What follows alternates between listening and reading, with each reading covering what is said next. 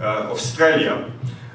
So in the Western diaspora, as a result of all these changes, the United States became the main center, of the diaspora, followed by France with estimated populations, again, which are not highly scientific, probably around 800,000 in the US, and today probably around 400, 450,000, if not slightly more, in France.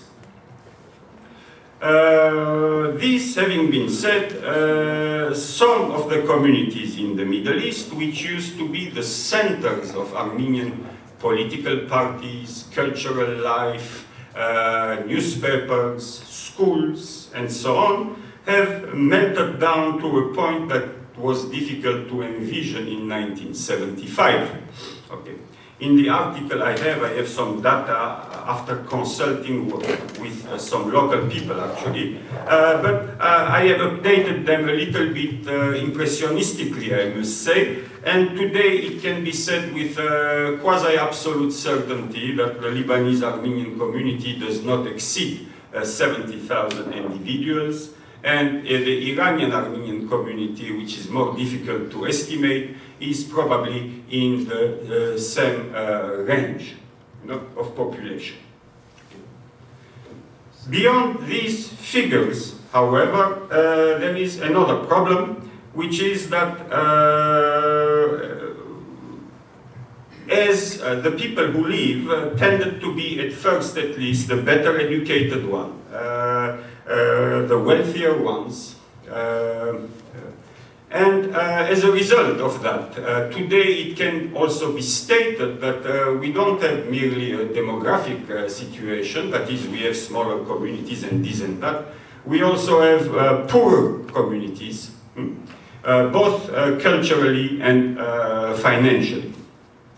To sum up, these communities are unlikely to play a major role in the Armenian diaspora in the 21st century, unlike the preceding century.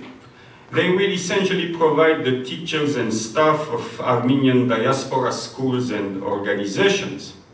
They may also continue to infuse some traditional communal Armenian culture in the Armenian communities of Western host countries through further emigration from those areas. So maybe one of the roles that these remaining communities might have is to contribute basically to slowing the process of acculturation and assimilation in the Western communities, by sending people from time to time who emigrate. But in themselves, their future doesn't look particularly inspiring. And thus we move to the third trend, which will be as full of optimism as the second one. It's the dispersal of the Armenian population from the homeland. This one is really the crucial one. If you want to live after this one, you can do so.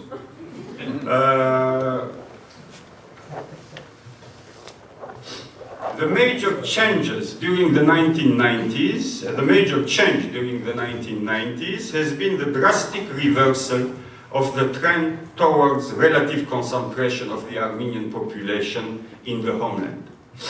That change started on a small scale earlier in the 1980s. That is, there was a wave of emigration of about 112,000 people from Armenia between 1980 and 1988. Okay. Some of them came to Hollywood, then moved to Burbank, to the hills of Glendale, and so on, and enriched American Armenian life.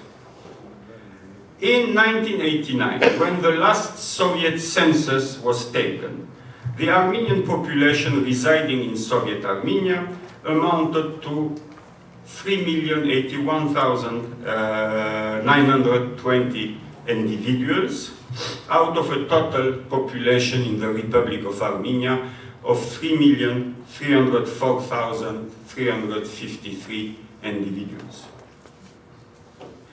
In this context, it is worth mentioning that the Armenian Human Development Report by UNDPA, the United Nations Development Program, indicated that by 1996 already, 667,000 Armenians had left Armenia, or about already 18% of its population, by 96 already, 1996.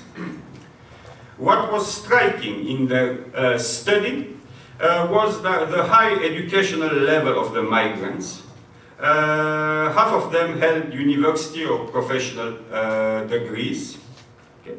Emigration since then has continued, and especially up to about 2000-2001, then it has slowed down. It would seem that over the past 2 years there is again it has gained new impetus, and people have a kind of deep desire to leave the Hyrenic or the Myrenic. Today it is estimated that by 2002 at least 1 million Armenians had left Armenia itself. At least, I am trying to be conservative. Okay? Yeah. From 1992 to 96, we have quite solid data. About 85% of the emigrants went to countries of the Commonwealth of Independent States, CIS, that is the former Soviet Union essentially. Russia receiving about 70% of them, and the Ukraine 12%. The remainder, 15%, chose inter alia, you know, the United States, 9%, Germany, 3%, Israel, 1%. You can find some in France, Spain, Poland, all over the place. You will find Soviet Armenians. Last summer, for example, I went to my birthplace, the south of France, in Nice. And I chose to go to the church on August the 15th or 16th. It's Souk Mariam Masrazadin, that's the name of the church. And now the church is essentially dominated by Armenians from Istanbul. This has been the case for the past 20 years. People well off. And guess what? There was a solid group now of Armenians from Armenia there. And a few months later, I was not surprised to read online, with a friend sending me further emails, that there were massive clashes during the elections of this church between the Armenians from Armenia and what was the new establishment in the community, that is Istanbul Armenians, over the control of the church. But the fact that I could see there at least 25, you know, when I went that one day, at least 25, what you would call post-Soviet Armenians, was a quite remarkable phenomenon. And my impression about the data we have is that the emigration has been much higher than even the data I am mentioning. It is very much likely that at this point 1.3 million Armenians might have even left Armenia. I think we are dealing with underestimates, but that's an impression. I'm not saying it's a scientific hard fact. There are a lot of them that are not computed in, and the government has no interest in keeping tabs on emigration, or at least in making them public, for reasons I will explain in a few seconds. In a nutshell, as a result of this emigration takes, by the way, various forms, but I don't want my lecture to go on for more than an hour. There is permanent emigration, whereby a whole family lives all together. No? There is also another type of emigration, which is that you know, people who cannot even survive and eat past the second week of a given month, send, let's say, their younger son or their middle son to Novorossiysk, to Novosibirsk, to Krasnodar, to Stavropol, to Adler, to Moscow, and so on, to find a job. At first, that kid will shuttle, will work there, will try to come back, will send remittances. After a while, when he has made a little bit of money there, he might bring his spouse and kid with him. And then when he's better off, he might take his mother and father also, and they might leave.